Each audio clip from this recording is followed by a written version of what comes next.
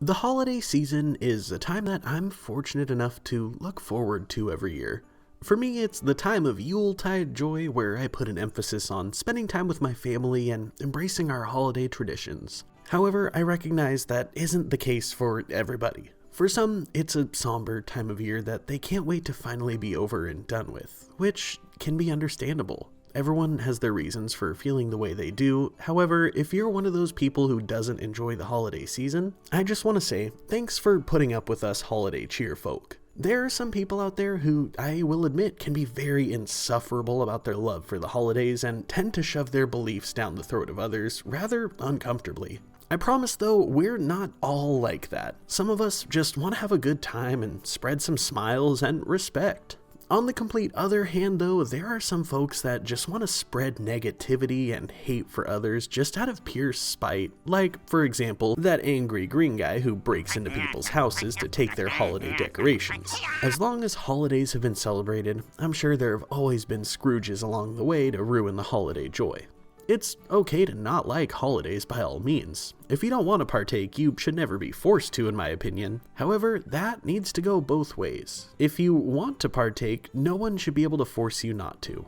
Once you start approaching the territory of taking others down who do want to celebrate, that's when you truly get deemed an angry green guy, in my opinion. That's why today, on our nostalgic walk down memory lane, we're going to check out a holiday episode that featured one angry green guy who really just pushed it too far in targeting a very specific group of people. We're looking at the Rocko's Modern Life Christmas special, Can't Squeeze Cheer from a Cheese Log.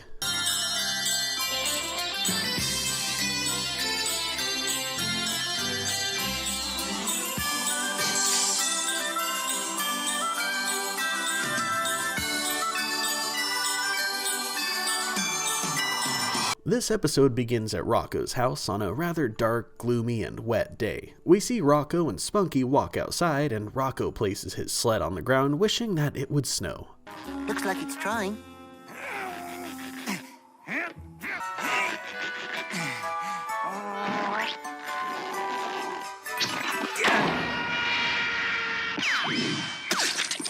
Rocko tells Spunky that it just doesn't feel like Christmas Eve. There's no winter wonderland and no warm, friendly gatherings, and it's clearly bumming Rocko out. Just then, a moving truck rolls up across the street, and we see some movers jump out and start unloading a ton of Christmas decorations. This gives Rocko the idea to go out and buy some of his own decorations so that he can have Filbert and Heifer over tonight for a little holiday get-together. As he expresses his hope to turn Christmas around, it immediately starts pouring as a familiar face is lurking nearby. It hasn't snowed in O-Town for decades! Just miserable rain. Oh no, not on Christmas! Boo-hoo! Oh, Ed, tomorrow's Christmas. Can't you try and enjoy it for once? Huh? Well, you go ahead, you just be that way. And close your robe, for Christ's sake. Mrs. Bighead dismisses her husband's Scrooge-like behavior, saying that it's not going to stop her from having an excellent Christmas. As Mr. Bighead continues grumbling to himself, he looks out the window to catch sight of the new neighbors moving in across the street. Every year it gets worse. Have you seen this? Have you seen what's moved in? Oh, isn't it pretty? I will not tolerate this eyesore in our neighborhood. Back at Rocko's house, we see him calling Heifer to invite him to the holiday get-together tonight. Heifer's family is running around spread thin and trying to set up for Christmas, and when his parents catch word of the party that Heifer's been invited to, they're super quick to just drop all their decorations and say to heck with this, and invite themselves to Rocko's little holiday get-together. We then see Filbert, who's on the phone with his girlfriend, Dr. Hutchison, as he gets another call coming in on the other line. Yeah, what happened? Happy Christmas, Filbert. Christmas? Oh my gosh. What do you want? I'm calling to invite you over tonight for a little Christmas party. Heifer and... Hang on. Hey, Honey Pot. You want to go to Rocko's Christmas party tonight? Oh, super! Okay, pick me up after work. Gotta go. Bye, Turtle Pie. Hi, Gordon. It's me. Hey, Rocco's having a Christmas party tonight. Well, for heaven's sakes, count us in. The Foot proceeds to call one of his friends, who calls another friend, who calls another, and next thing you know, Rocco's small little get-together with his two best friends turns into a massive Christmas party. Rocko says that he better invite everyone because he wants to make sure that no one feels left out, and we see him go to the O-Town post office on Christmas Eve to drop off invitations to the whole town for his party that's literally happening tonight. After that, him and Spunky go off to the mall to grab some more supplies.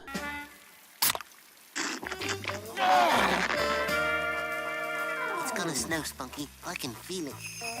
Hey, look over there. That's the house that was moving in today. They look like they have Christmas cheer. Hello, little fellow. Rocko tries telling the elf that he doesn't need to be afraid because they're neighbors, but that doesn't work as the elf seems to stay in hiding.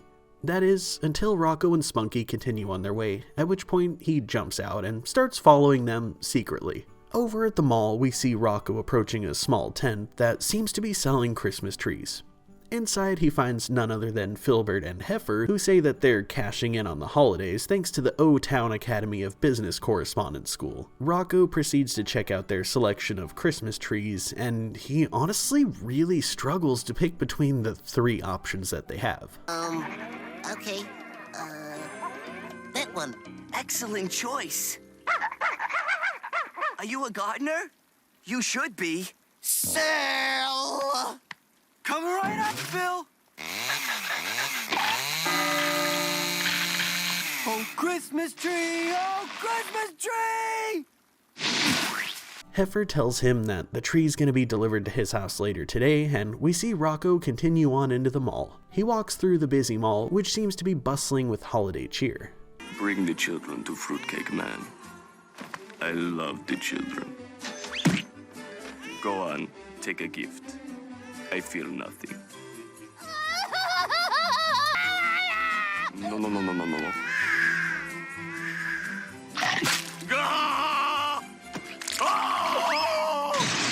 Rocko makes his way on over towards the first store on his list, Waldoon's Variety, while, unbeknownst to him, the little elf from across the street is still in hot pursuit. As Rocko enters his store, we see the elf go on over to the shoe store that is next door. Well, what have we got here? A pixie? Or a leprechaun? Top of the morning to ya. Rocko walks out of the store and catches sight of the alligators bullying the elf, and he stands up for him.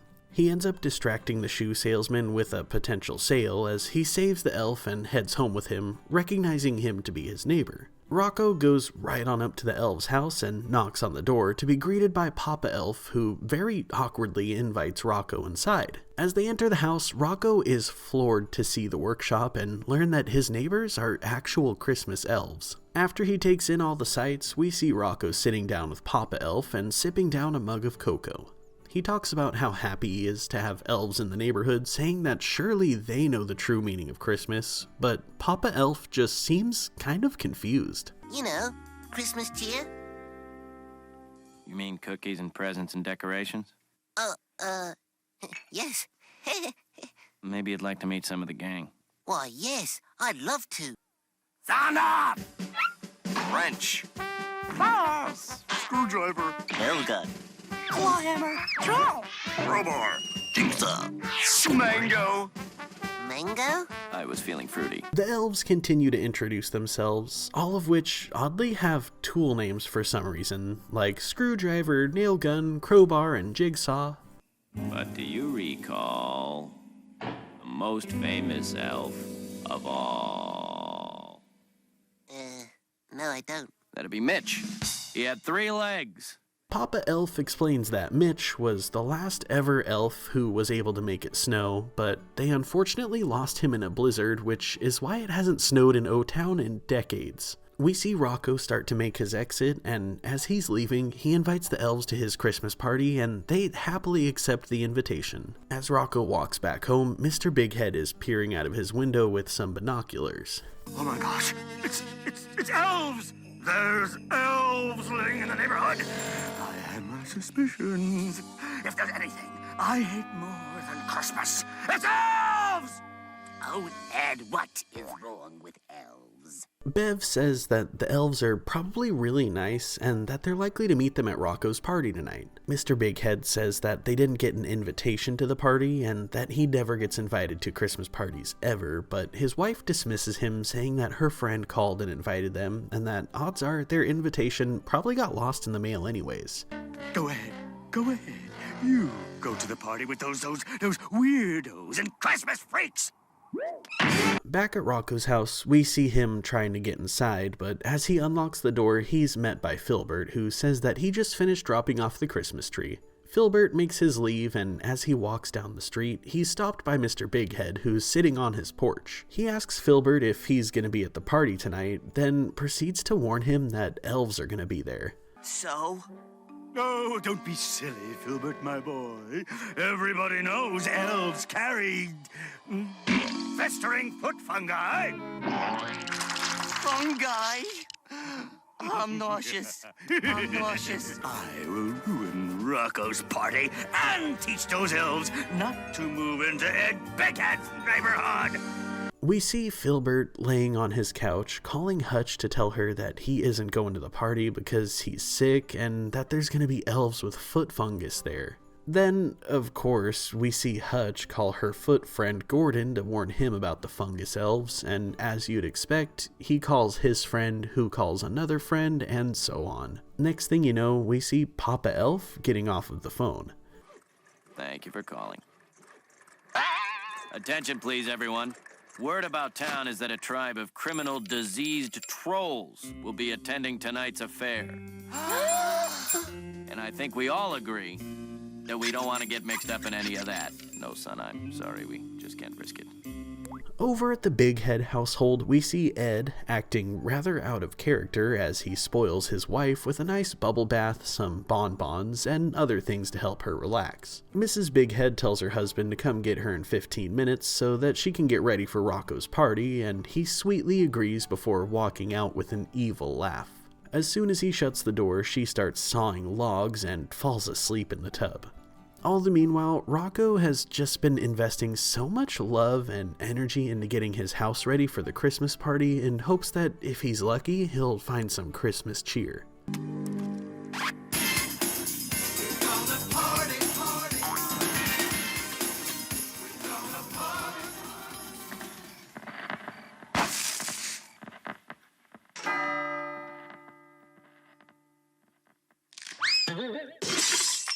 I didn't understand it, Spunky. Rocko is left heartbroken, wondering why nobody showed up to his party. We see Heifer, unfortunately frozen solid at the tree stand, still selling trees. But other than that, it seems like everyone caught a case of mass hysteria fueled by rumors of criminal diseased trolls. Rocko feels like he'll never find the holiday spirit. He sits down and, in an attempt to find some joy, he decides to phone his parents, but when he asks the operator for Australia, he's told that all circuits are busy, so he won't be able to get through. Well, Spunky, at least we've got each other. We'll make it a good Christmas. Let's call it a night.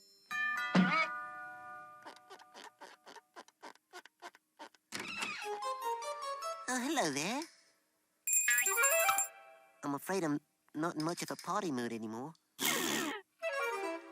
Come on in. Rocko tells the elf that his gathering was a bit of a bust, so to boost the spirits, the elf brings him the Night Before Christmas book for Rocko to read to him. Rocko reads the book, and after finishing the last line, he falls fast asleep. The little elf feels sad that Rocko just isn't feeling the holiday spirit, so he tries to at least get some snow for him.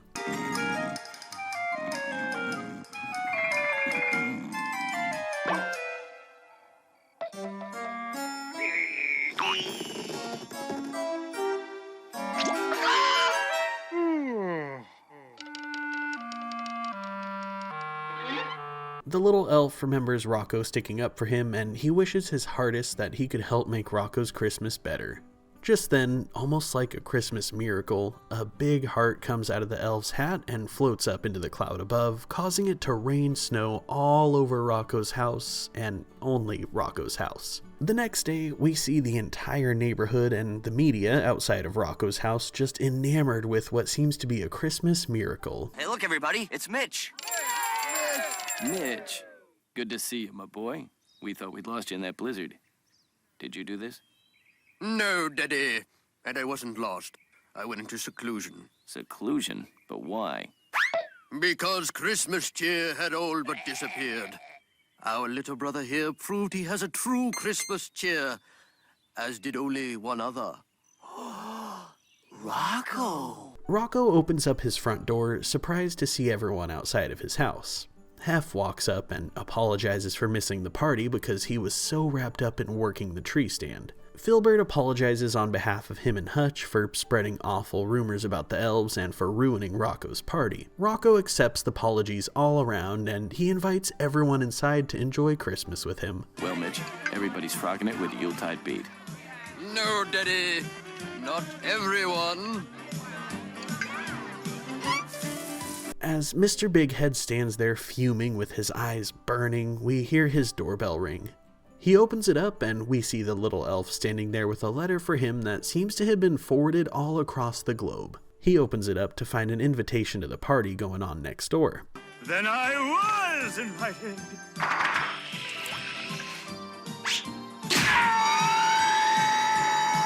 The elf runs away, and while he gives chase, Mr. Bighead ends up slipping and getting entangled in some Christmas lights as he goes flying into Rocko's house and ends up hanging upside down from the ceiling. Rocko sits nearby and he thanks the elf for bringing some Christmas joy, and just then the phone rings. Hi, Mom and Dad. I miss you too. Happy Christmas.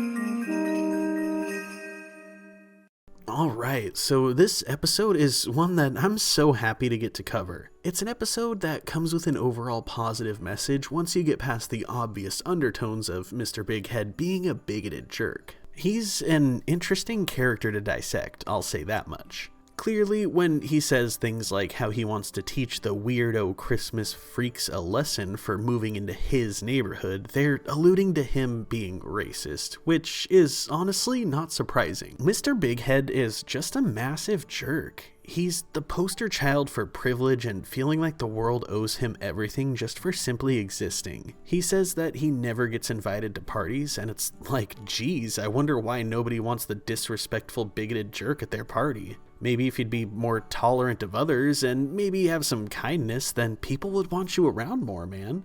Hearing him say that this is Ed Bighead's neighborhood just drove me nuts. This guy acts like he gets to dictate which kind of people buy a house in this neighborhood, and it's just gross. What's really funny though is he can be a little piss baby and be mean to everyone all he wants, but secretly he just wants to be included. Throughout this series, we would see him overreacting to people partaking in activities that he deems to be blasphemous. However, more often than not, we learn that he's actually just upset because he wants to partake in that same exact activity, but he didn't get a handwritten in gold ink and wax-stamped invitation flown by carrier pigeons, so he throws a big old fit and acts like they're the problem. Just saying, Mr. Bighead really plays the closeted bigot role very well. It's also funny to me how Mrs. Bighead is just the complete opposite of him in almost every way. She's a lovey-dovey, touchy-feely person who likes to walk on the wild side and socialize with her peers. Meanwhile, her husband is